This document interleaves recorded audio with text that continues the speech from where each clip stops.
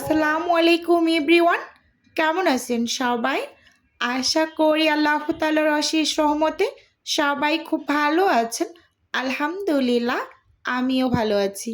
স্বর্ণাজ কিচেনে সবাইকে আরও একবার ওয়েলকাম করছি নতুন একটি রেসিপি দেখার জন্য। তো আজকে শেয়ার করব চিকেন আলু সিঙ্গারার রেসিপি। আশা করি আমার আজকের এই রেসিপিটিও আপনাদের কাছে ভীষণ ভালো লাগবে। বলতে গেলে এটা একটা রিকোয়েস্টেড ভিডিও। আমি যখন কলিজার সিঙ্গারার রেসিপি শেয়ার করেছিলাম তো অনেক কমেন্ট পেয়েছিলাম যে আপু চিকেন আলু সিঙ্গারার রেসিপিটা শেয়ার করো। তো আজকে কিন্তু দেখিয়ে দিলাম। প্রথমেই এখানে হচ্ছে আমি একটা বোল নিয়েছি, যেহেতু আমার চিকেন আলু সিঙ্গারার অর্ডার আছে তো আমি হচ্ছে এখন ডোটা করে নেব। ফার্স্ট টাইম মেজারমেন্ট কাপ দিয়ে এখানে আমি 3 কাপ ময়দা নিয়েছি, আর সেই সাথে এখানে হাফ চামচ নিয়েছি কালো জিরা।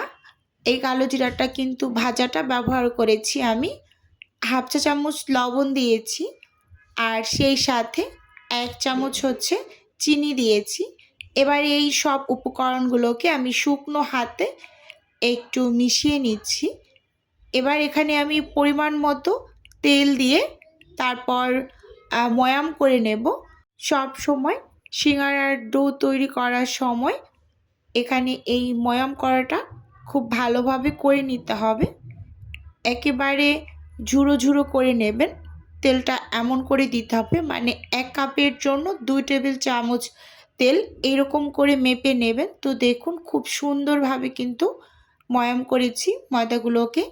এবার হচ্ছে এখানে অল্প অল্প পানি অ্যাড করে শক্ত টাইপের একটা ডো তৈরি করে নিচ্ছি। স্কিনে ভালোভাবে লক্ষ্য করুন, তাহলেই কিন্তু বুঝতে পারবেন যে ডোটা আসলে কতটা শক্ত করে তৈরি করেছি। কমপক্ষে হলেও আপনারা 2 ঘন্টার মতো এই ডোটাকে রেস্টে রেখে দেবেন।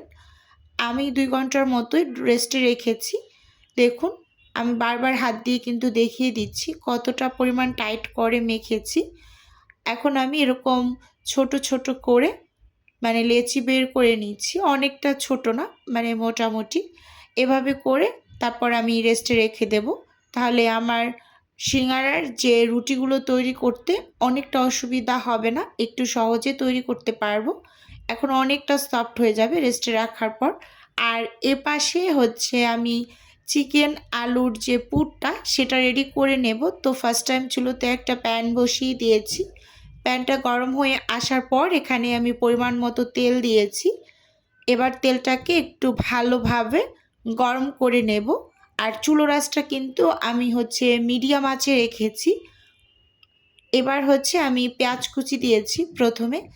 তো 1 থেকে 1.5 মিনিটের মতো পেঁয়াজটাকে হচ্ছে তেলের মাঝে হালকা করে একটু ভেজে নেব। অনেকটা ভাজা ভাজা করার কোনো প্রয়োজন নেই। তো এবার এখানে আমি লবণ দিয়ে দিচ্ছি। হাফ চা চামচের থেকেও কম হবে এরকম, পরে চেক করে দিয়ে নেব। তো সে কারণে প্রথমে কম দিয়েছি। এবার লবণটা দিয়ে পেঁয়াজগুলোকে একেবারে নরম করে ভেজে নেব।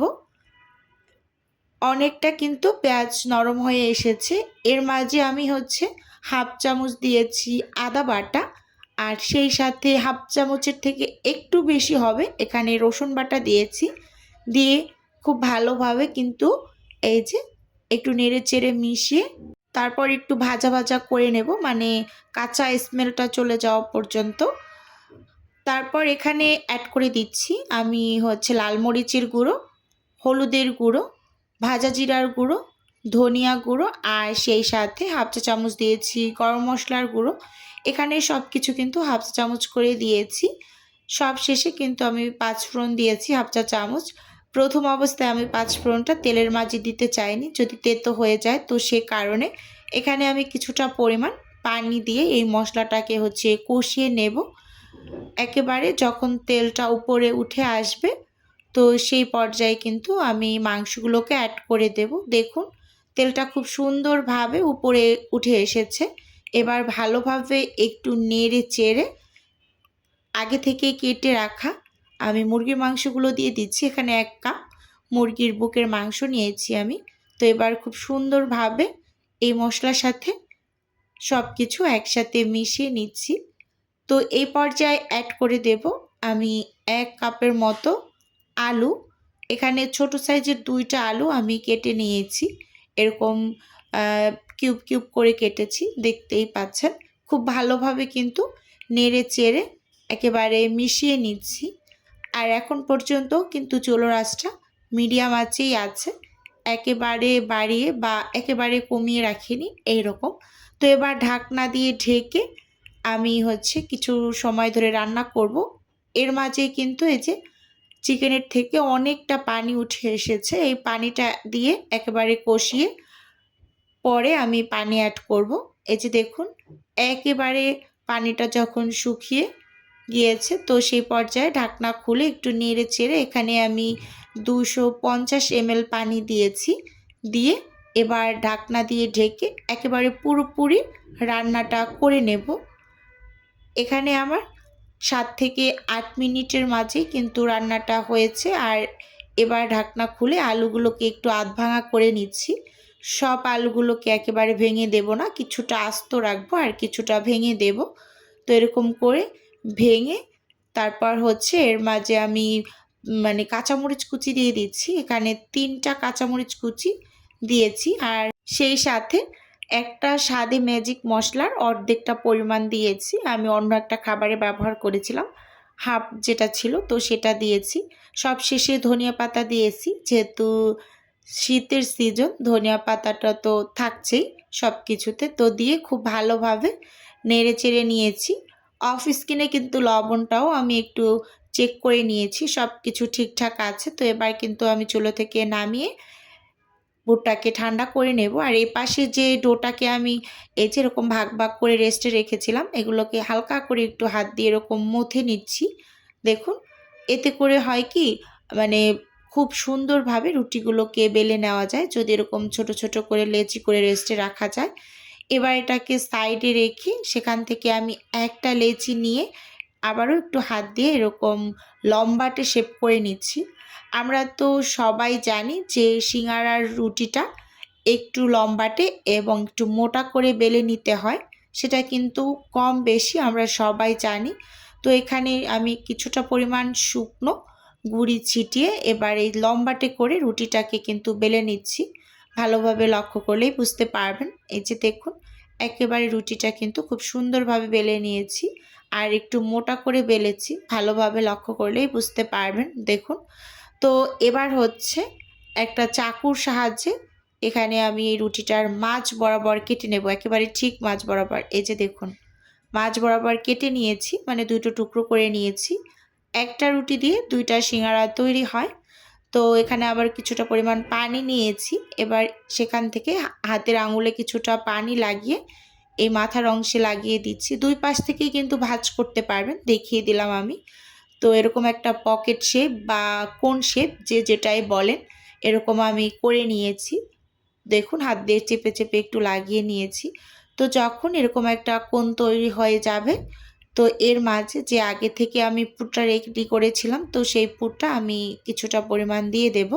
একটু চেপে চেপে ভিতরের দিকে দিয়ে তারপর কিন্তু মুখটাকে সিল করে নিতে হবে। আর এই কাজটা খুব সুন্দরভাবেই করতে হবে, একটু চেপে চেপে ভিতরের দিকে পুরটা দিয়ে, না হয় কিন্তু পুরটা আবার বের হয়ে যাবে। তো সেদিকে একটু খেয়াল রাখতে হবে। এই যে চারপাশে আমি একটু পানি লাগিয়ে দিচ্ছি। দেখুন, খুব সুন্দরভাবে কিন্তু একটু পানি লাগিয়ে নিচ্ছি। আর পুরটার একেবারে অনেকটা পরিমাণ ভরিনি। এই যে পিছন সাইডে একটা ভাঁজ দিয়েছি, দেখুন। এই যে এবার এই পাশের অংশটা এই সাইডে লাগিয়ে দেব টেনে। এই যে দেখুন, ভিডিওর এই পর্যায়ে এসে আমি আমার নিজের বিজনেসের একটু প্রচার করছি। আপনারা তো অনেকেই জানেন যে আমার ছোট্ট একটা ফ্রোজেন আইটেমের বিজনেস আছে। তো যদি কেউ কোনো টাইপের ফ্রোজেন খাবার অর্ডার করতে চান, তাহলে স্ক্রিনে দেওয়া হোয়াটসঅ্যাপ নাম্বারে নক দিলেই কিন্তু আমি A to Z বলে দেব। আর যদি কেউ অর্ডারটি সরাসরি কনফার্ম করতে চান, তাহলে হোয়াটসঅ্যাপ নাম্বারে কল করে অর্ডারটি কনফার্ম করতে পারেন। আর এখানে কিন্তু আমি সবগুলো সিঙ্গারা বানিয়ে নিয়েছি আর এগুলোকে এখন আমি ফ্রোজেন হতে দিয়ে দেব। আর ইনশাল্লাহ কালকে হচ্ছে আমি ডেলিভারিগুলো করে দেব। তো আপুর অনেক কিছু ডেলিভারিতে আছে, তো আস্তে আস্তে কিন্তু আমি সব কিছুই রেডি করে নিচ্ছি। আর এখানে কিছু পুরির অর্ডার ছিল, তো সেই পুরিগুলোও কিন্তু আমি রেডি করে নিচ্ছি। এবার হচ্ছে এগুলোকে ফ্রোজেন হতে দিয়ে দেব। আরও কিছু বাকি আছে, তো সেগুলোও আমি অফিস কিনে আস্তে আস্তে বানিয়ে নেব। তো আজকের ভিডিও বন্ধুরা আপনাদের কাছে কেমন লেগেছে চাইলে অবশ্যই কমেন্ট করে জানাতে পারেন। তো এখান থেকেই আজকে বিদায় নিচ্ছি। আল্লাহ হাফেজ, আসসালামু আলাইকুম।